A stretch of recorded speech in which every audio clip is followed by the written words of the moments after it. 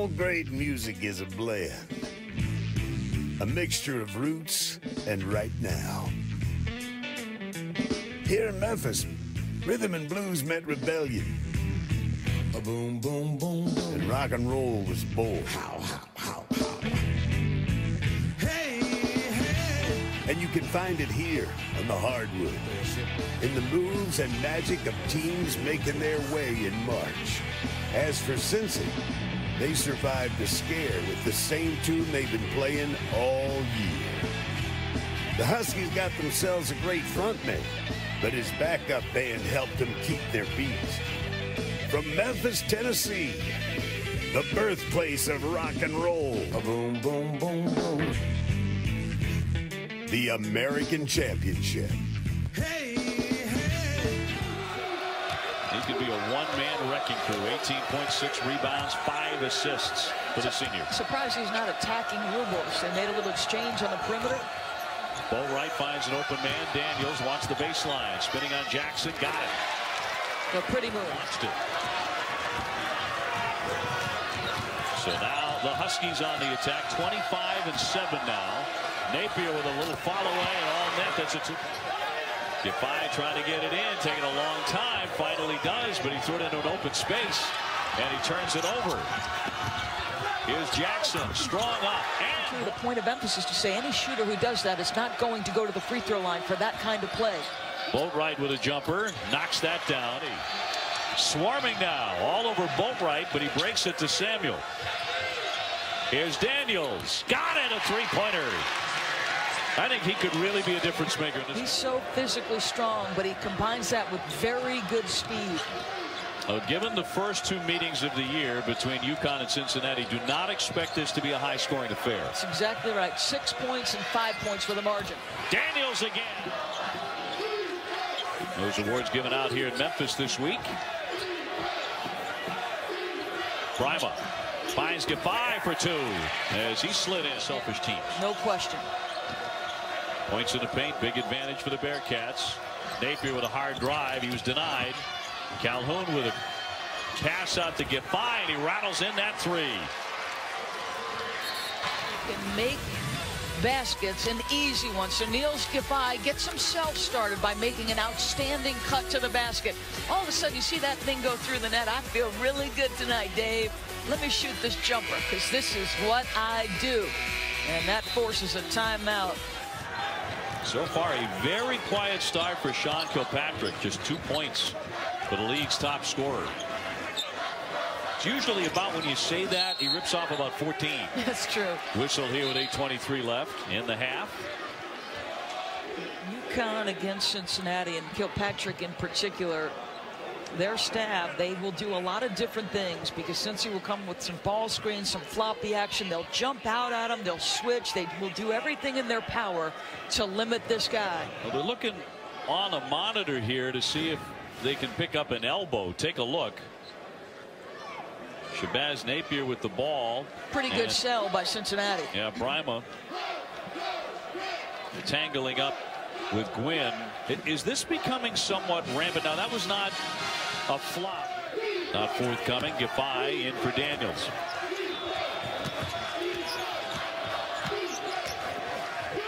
The follow away. Tipped up and in, and guess who? Shabazz. Leading scorer in the conference, and I can't remember in all the games we've covered of him taking a really poor shot. He takes a lot of shots, and he only hits 42%, but even given that, I think you're right. Yeah. Always seems to make the right decision. He did there, Cincinnati. Jackson's got 10 points on 5 of 10 shooting.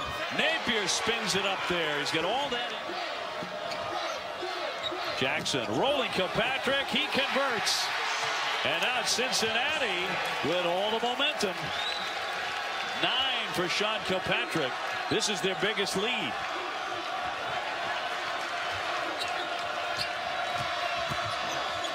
Daniels with a one-hander gets it to go, and that's one UConn really needed. Rubel's taking on Daniels. Bouncing for Jackson. Right in the middle of the lane, got the pass off for Thomas. How unselfish is that play? Yeah, that's just unselfish basketball right there. And look at Jackson, the intensity pours off of that guy.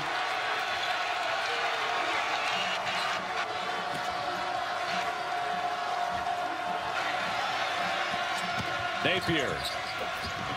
Giffey drills in a three-pointer. Patrick catches and shoots, but not there, despite the soft touch. So now it looks like the Huskies are grabbing momentum. Napier stumbling through the lane, drawing 1,800 points in an outstanding career. Connecticut jersey was hitting more big shots than Napier. Even Kemba? Yeah, well, Phil Shardis. Driver, not the shot they wanted. So now UConn with a chance to grab the lead. Boatwright, got it! All net on the three. Working the ball side to side, keep probing the defense. And we're even at 43. I believe that Napier will come back. I'd be very surprised if we get to that under 8 and he doesn't come back on the floor at that point. Incidentally, those were Cincinnati's first points to us in about 6 minutes. Boatwright on net. Ryan Boatwright, back-to-back threes. Solid screen by Nolan, ties up Copain. And the Connecticut Huskies, a 3-point edge. Staff. Yeah. 3-point lead, though, for UConn. Rubles attacking, went for the dunk, and he's denied. Slugfest. How about this? Neat at the rim by Brima. Good job contesting the shot, no foul. Wow. Went up with both hands. But blocked it with the left. 12 shots. Although I think the Huskies have had much to do with it. Their intensity. We've talked about how in tune Cincy's defense has been. Connecticut has been outstanding. The hold there by Rubles before the shot, so it'll go against Cincinnati. Number 2 on Titus Rubles, the senior from Dallas. You've just got far more options offensively. Daniels can score, Napier can score, Boatwright, Giffey. You've got a lot of guys who on any given night could give you 20 for the Connecticut Huskies, and that's what Rick Pitino was saying to us before the game. They're the better offensive team. Giffey dribble down the three-pointer, and that's all he needs. He does not need a lot. But he is. He might as well do a jumping jack like Russ Smith did in the first half, because find your shooter, a simple walk-up dribble into the three. The challenge is late, and UConn with the momentum. That's a 15-2 run over a long stretch. They really built on this. Yeah. Well, that's over 8 minutes and 8 seconds. This is the one thing that could pinch Cincinnati in an NCAA tournament.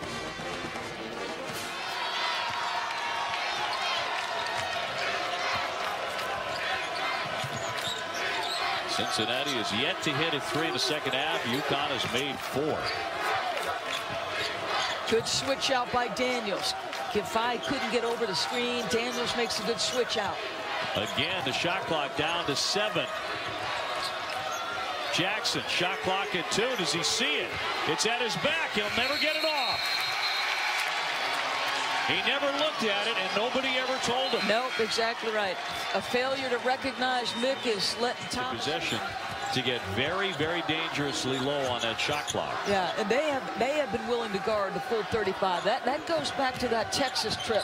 Boatwright jumping in, wild shot, but the stuff is more of a pass in the end. Maybe Brima stuffed it anyway, whether it was a shot or a pass. A 17-2 run for the Huskies. They need Kilpatrick. Gives it up for Jackson. He's denied by Brima again, and now slapped away and out of bounds. Well, the activity of UConn's hands, their pursuit of the basketball, appropriate switching. With their offense, Cincinnati's has been awful in the second half. UConn with 6 blocks, and another one there, and taken away by Brima. Giffey will swing it. Here's Boatwright. Shot clock down to 9. Boatwright to penetrate, slams on the brakes, got the pass to Daniels, and he draws the foul. No basket, but he'll be at the line. Nice control of the game. And Daniels at the line where he hit 78%. The tall junior from Los Angeles at 6'9". It's a very strong games. 24 against Boston University, 21 against Loyola Marymount, and had a terrific game against Memphis on this very court. UConn making their foul shots, as we showed you, 86% for the night. Kilpatrick slithering in, denied again by guess who? Amita Brima has been everywhere, and that's 5 blocks for the big fella. I say this, He's struggled with foul trouble. In fact, I called him a walking foul at one point. Tonight, he's been far better. And that's... You know, the guards for the Huskies are so steady. They're going to handle it a ton here the last 90 seconds. Napier again. Conference Player of the Year. Up against Kilpatrick. The follow away right at him, and he hit it. That is a Kemba Walker-esque shot. In fact, we saw Kemba make a lot of those fadeaway jumpers, getting a little separation with a back-down dribble against one of the best defensive teams in the country. Shabazz Napier is such a good offensive player. He will work you over, Dave O'Brien, with pace, with a dribble drive, with a handle, a crossover. He knows Kilpatrick is up in his grill, so let me get a little separation between the legs, step back. Oh yeah, the form is pretty. Well done, Shabazz. Got it to get by, and now they have an advantage. They'll run some clock. Trying to foul now. They tie up Boatwright. Kilpatrick over the back. They put him at the line where he hit 77%. Took 11 seconds.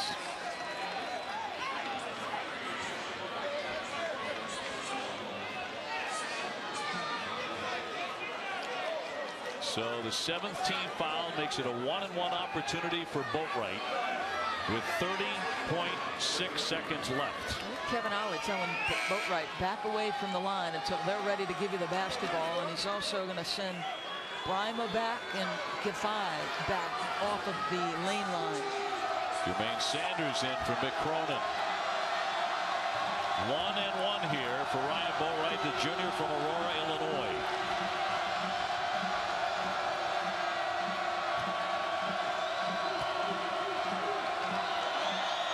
Number 1 hits it.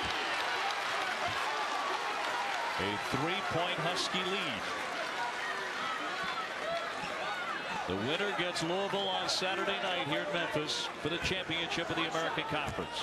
You've got 2 back, so make or miss this. I think you don't let Cincinnati come up the floor unimpeded. If you can make that ball handle or change direction, try to eat up clock as they come up the floor. He made the pair. If the Huskies win this game, Kevin Ollie is really going to be thankful with the way they hit their foul shots. Great deny of Sean Kilpatrick from Giffey. Gwynn. 20 seconds left. Nearly thrown away. Sanders picks it up. Kilpatrick up against Napier. Can't get off a shot. 13 to shoot. Sanders got it! A giant 3. Remember, no timeout, so everybody up in pressure. You might try to get 1 steal, otherwise an immediate foul. UConn by 1. 12 seconds to go. Napier on the baseline. Running it. Timeout. Took the timeout. He burns that, so 1 left for the Huskies. You are trying to manage this clock with no timeouts. The foul took a lot of time, but a really good job. Everybody up in denial. How about the junior, Jermaine Sanders? They needed a magical shot. And under pressure. Yeah, and he's contributed of late. And he is spaced out, and the lefty nothing but net with plenty of pressure on him. So now if you're Mick Cronin loves it, and there's a foul. That's a 7-2 Cincinnati run in the last 38 seconds to close the gap. You can see UConn doesn't want Brima anywhere near the basketball. He's well over the half-court line. Kevin Ollie, if you are diagramming plays, you are trying to diagram it so that Boatwright or Napier are the guys to catch it. Giffey, believe it or not, comes in as just a 69% free throw shooter. Napier at 86, Boatwright at 78%.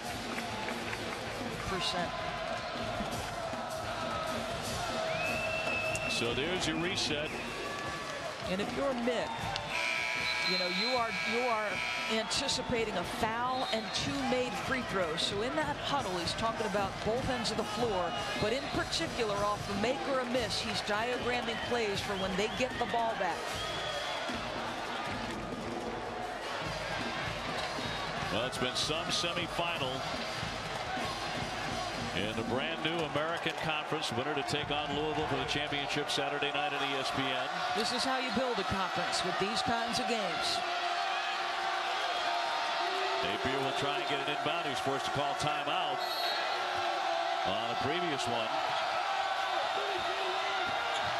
Gets it in for Giffey to hand off back for Napier. He's the man UConn wants at the line. They're just perfectly executed. Just absolutely perfectly executed. Great play by Kevin Ollie. And you take Bryma out. You get all players on the floor who can handle the ball, handle pressure, your best free throw shooters. Two premier young coaches going toe-to-toe here. And Kevin Ollie and Mick Cronin. Napier will be at the line. The American Conference Player of the Year. He's made 4 of 5, including his last 4. 11.1 seconds remaining in a 1-point UConn lead. Rattles in the first one.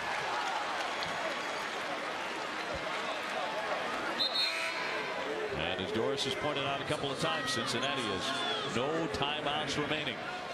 Copain on. Offense, defense now. So Copain gives you another guy who can advance the ball quickly.